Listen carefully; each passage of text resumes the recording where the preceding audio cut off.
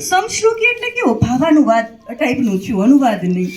અને રશિયાની અંદર રામનવમીને દિવસે જો યુરોપ ખંડમાં રશિયા એકમાત્ર એવો દેશ છે આખા યુરોપ ખંડમાં કે રામનવમીને દિવસે હજારોની સંખ્યામાં લોકો બધા ઉપસ્થિત થાય છે. ત્યાં રામાયણની નકલો વેચાય છે અને લોકો એના નાટકો ભજવે છે. ત્યાર પછી આપણે વાત કરીએ ચીનની, તો આપણને ભલે એમ લાગે કે આપણો દુશ્મન દેશ, પણ ચીનનો લિન યુટાંગ નામનો વ્યક્તિ, આ ટાંગ ને ફાંગ ને ચાંગ ને આવે ને એટલે આપણને બહુ મજા આવી જાય.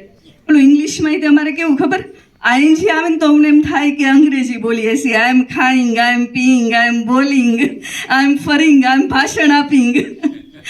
અંગ્રેજીની અંદર ટોટલ 12 કાળો છે અને એમાં એક્ટિવ પેસિવની અંદર એ ક્યાંય કરતા ક્યાંય આઈએનજી 12 કાળમાં 3 જ કાળમાં આવે છે.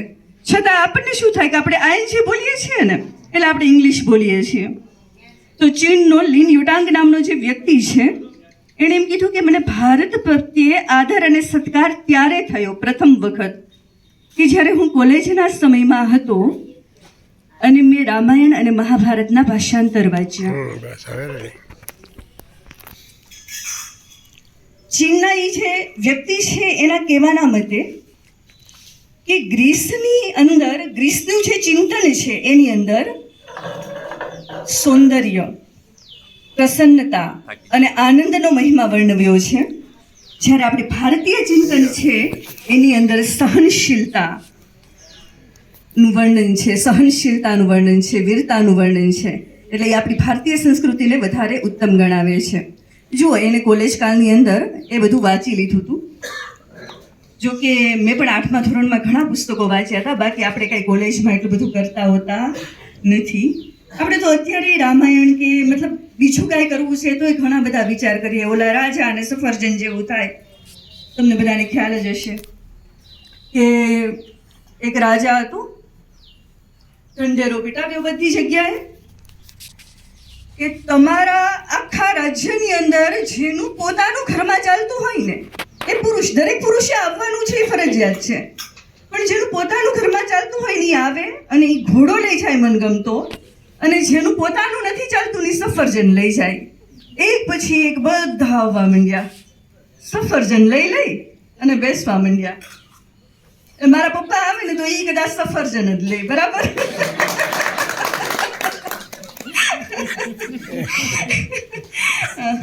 એટલે બધા સફરજન લઈને બેસવા માંડ્યા એની જગ્યાએ.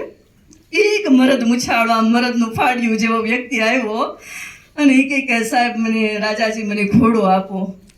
આખી ઘોડારમાં જઈ અને બધા ઘોડા જોયા, એમાંથી કાળા રંગનો ઘોડો એને સૌથી વધારે ગમ્યો અને એ એણે લઈ લીધો. તબડક કરતા એ ઘરે ગયો. થોડી વાર થઈને થોડોક ધીમો પડીને પાછો આવ્યો. તો પૂછ્યું બધાએ કે કેમ? કે ઘરેથી એમ કહે છે કે કાળાને બદલે તમે સફેદ ઘોડો લઈ આવો. તો રાજા કે કામ કર, તું સફરજન લઈ લે, તાર ઘોડો નથી લેવાનો. આમનું હાંજ પડી ગઈ. એટલે મહામંત્રી આવ્યા રાજા પાસે. એ કે રાજા, તમે આટલા મોટા રાજન, તમે કે સફરજન આપો, પ્રજાને કેવું લાગે? તમે કે સોના અને ચાંદીની મોહરો રાખી હોત તો? રાજા કે મારે સોના અને ચાંદીની મોહરો જ રાખવી હતી, પણ મહારાણીએ કીધું એટલે મેં ઘોડોને સફરજન રાખ્યું છે. પણ કે મહામંત્રીને કે આ વાત તો તું સવારે કરી શકત, તું અત્યારે શું કામ આવ્યું? મહામંત્રી કે હું તો સવારે જ આવવાનો હતો, પણ ઘરેથી કીધું એટલે હું અત્યારે આવ્યો ને મારે અત્યારે આવવું પડ્યું. એટલે આપણને જે કરવું છે ને એ નથી કરી શકતા. વિનુભાઈ તમને બધું કરાવે છે એટલે વિનુભાઈ માટે તાળીઓ પાડવાની છે, બરાબર છે. ખ્રિસ્તી ધર્મની વાત કરીએ. કોલાહ બુલ્ક નામનો એક વ્યક્તિ છે. એ વ્યક્તિએ, આપણે કેમ કાકા સાહેબ કાલેલકર મહારાષ્ટ્રના છે અને એને સવાયા ગુજરાતી તરીકે ઓળખીએ છીએ, એવી જ રીતે આ માણસ જે છે એને આપણે સવાયા ભારત તરીકે ઓળખવો પડે. કામિલ બુલ્ક. કામિલ બુલ્ક નામનો જે વ્યક્તિ છે એણે ભારતમાં આવી અહીંયા રહ્યો 16 વર્ષનો હતો ત્યારે પ્રથમ વખત એણે રામાયણના ને એના ટ્રાન્સલેશન વાંચ્યા હશે ફ્રેન્ચ ભાષામાં અને એટલો બધો પ્રભાવિત થયો. પ્રભાવિત જ થાય ને. કયું એવું મતલબ સાહિત્ય હોય એમાંય તે કયું એવું મહાકાવ્ય હોય કે જેમાં રાજા એમ કે ભાઈ તમે 14 વર્ષના વનવાસમાં જાઓ અને યુવાન દીકરા 14 વર્ષના વનવાસમાં વહી જાય. આવું તો બને કોઈ દિવસ?